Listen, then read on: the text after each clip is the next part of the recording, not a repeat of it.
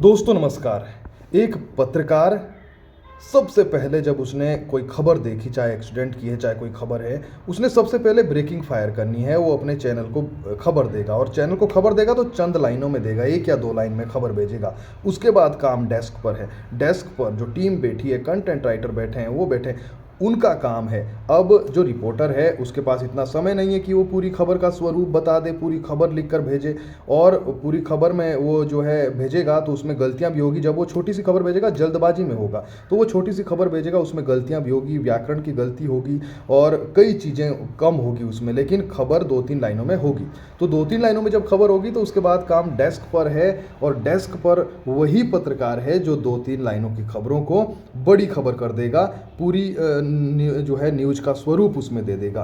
तो वो खबर फिर उसके बाद करेगा। वो जानकारी जरूर ले सकता है, रिपोर्टर से फ़ोन करके जानकारी लेगा कि आपने वो नहीं लिखा, वो क्या है। वो भी आप ये नहीं पत्रकार को कह सकते कि आपने वो क्यों नहीं लिखा, वो क्यों नहीं लिखा। वो डेस्क पर बैठे लोगों का काम होता है। खैर, खबर कल बिलासपुर से सामने आई, तो बिलासपुर से एक खबर सामने आई तो पत्रकार ने वहाँ पर भी, जो पत्रकार होगा जिसने सबसे पहले वो एक्सीडेंट की खबर लिखी होगी, तो उसने 4-5 लाइनों में उस खबर को लिखा और फायर कर दिया इन द सेंस उसने अपने डेस्क पे भेज दिया। जब जो है, और वही खबर पूरे हिमाचल में फिर घूमती है, तो वही जो स्क्रिप्ट है, वही स्क्रिप्ट पूरे हिमाचल में घूमी होगी, तमाम पोर्टल्स के पास पहुंची होगी, हमारे पास भी पहुंची। तो मैंने देखा उसमें लिखा था कि जो है एक कार सर के बल पलट गई। तो हमें लगा कि नहीं, ये गलत शब्द है, हमें लगा कि ये गलत शब्द है, तो हमने उसको रूपरेखा तो हमने उसकी बदल दी, पूरी खबर को हमने बदल दिया, जानकारी वही रखी लेकिन खबर को बदल दिया, अपने हिसाब से हमने लिखा।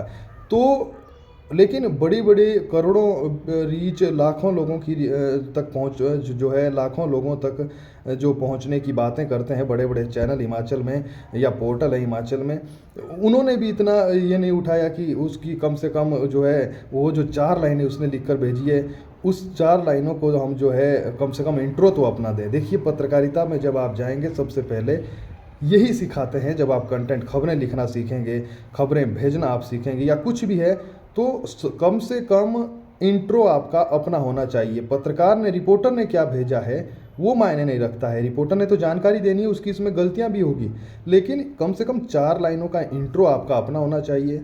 एक लाइन की खबर को किसी ने अगर कह दिया कि पांवटा साहिब में सड़क दुर्घटना, 3 की मौत, इतने घायल, तो इस खबर को, एक पूरी खबर, कम से कम 300 शब्दों की खबर को कैसे बनाना है, जो वो काम कर पाएगा उसे आप पत्रकार कह सकते हैं। अगर सिर्फ वही जो 4 लाइनें, जैसे बिलासपुर की खबर में हुआ है, मैंने अभी देखा, और कई चैनलों की वही खबर और वही 4 लाइनें उन्होंने, सर के बल गाड़ी पलटी, बड़े बड़े चैनलों ने वही खबर जो लिखी है, वही 4 लाइनें पढ़ दी है, अपनी तरफ से कुछ भी नहीं लिखा। जो लिख के भेजा है वही लिखा है, ये तक समझने की कोशिश नहीं की कि कार वो कौन सी थी, क्यों कार पलटी, और जो है कुछ भी, जो 4 लाइनें उन्होंने भेजी वही 4 लाइनें वॉइस ओवर करके पढ़ दी और वही फायर करते रहे।